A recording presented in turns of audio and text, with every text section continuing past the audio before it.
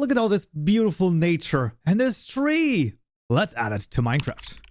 Alright, first back Intelligence More, and in this tutorial we're going to be adding a custom tree to Minecraft. Now this is quite important. This is just going to be the tree spawning from the sapling itself, either via time or via bone mealing it.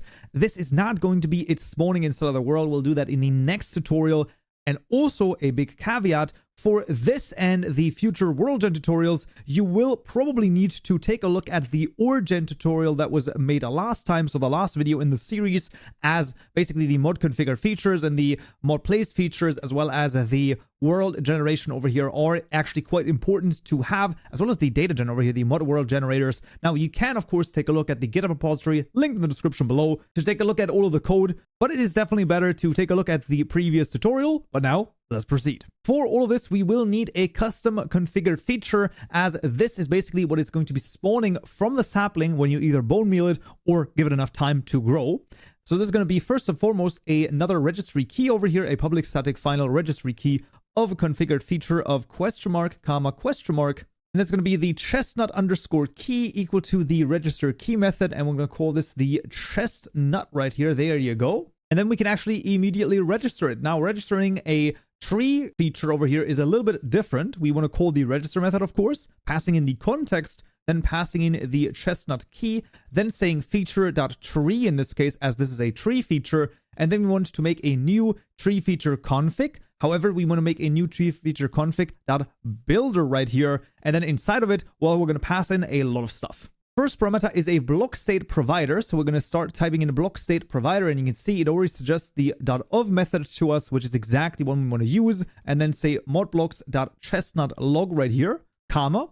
Then we want to make a new straight trunk placer over here. I will explain what each of those things mean in just a second. Let's just put this in here. Let's say 5, 4, and 3. Let's say, for example, another comma. Then we want another block state provider. So we want another block state provider .of, this time modblocks.chestnutleaves, as this is going to be the leaves. Then a new blob foliage placer, with the first parameter being a constant int provider.create with a 2 over here. The first closing parenthesis, a constant int provider.create, let's say a 1, and then a height of 2.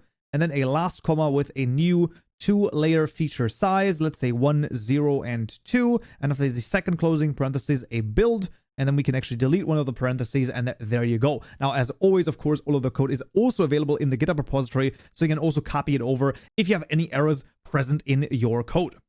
Now, what does all of this craziness mean? Like, what are we actually configuring here for the tree? Now, the first parameter is a block state provider of the log. This is going to be the actual block that it sets down. And the way that it sets it down is via this straight trunk placer. So basically, the trunk placer is a way of saying, okay, take this particular block state provider over here, right? In our case, the log, and place it down in a straight manner. If we middle mouse button click on this and click on the trunk placer and press Ctrl H, you can actually see there are a bunch of different trunk placers to choose from. Highly recommended to check out a bunch of them and just play around with them, as well as play around with the numbers. That is always an incredible tool. Basically playing around with the numbers over here to just get a, different or crazy effect. That's always great. Then we get another block state provider in the leaves over here. And of course, the foliage placer is the way that we set down the leaves. Also here, highly recommended to play around with the numbers a little bit. You can see first in provider is the radius, then you get an offset, then you get a height. Highly recommended to just play around with this, or also use a different foliage placer over here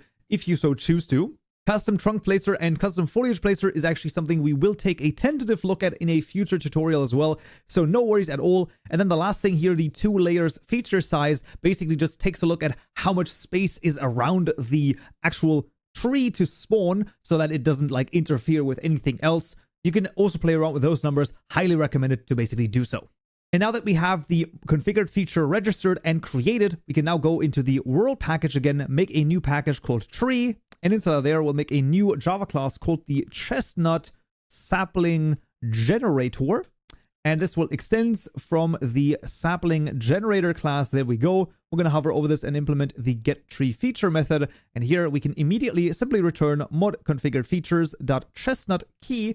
And with that, the sapling generator is done, and we're almost done. We now just need the block, and then of course everything that's associated with it, which is a little bit more, but there you go. So we want to go to our modblocks class and create a new block over here. Let's just get any of them over here copied over. The chestnut planks, for example. This is the chestnut sapling. And of course here, the chestnut sapling. Make sure to call the register block method, not registry.register. Very important. We want both a block as well as an item associated with it. We want a new sapling block here. First parameter of which is going to be a new chestnut sapling generator. And we want to copy the oak underscore sapling over here without any string. That's going to be okay. And that is the chestnut sapling created and registered. And the first thing we're going to do is we're going to jump to the tutorial mod client over here, as we actually need to add a render layer over here, so we can just duplicate this. Cutout is actually going to be perfect for us. This is going to be the sapling. That is very important. Let's also add it to the creative mode tab, as this is something I might just forget, but no worries at all. We're going to add the sapling over here. So that is already done. And we can now basically go to the model provider, which is going to be in the data gen model provider right here. And what we want to do is we want to call the block state model generator dot register the tintable cross over here for modblocks dot chestnut sapling, then a block state model provider, and it actually suggests to us the not tinted one, and that is exactly the one that we want to choose in this case.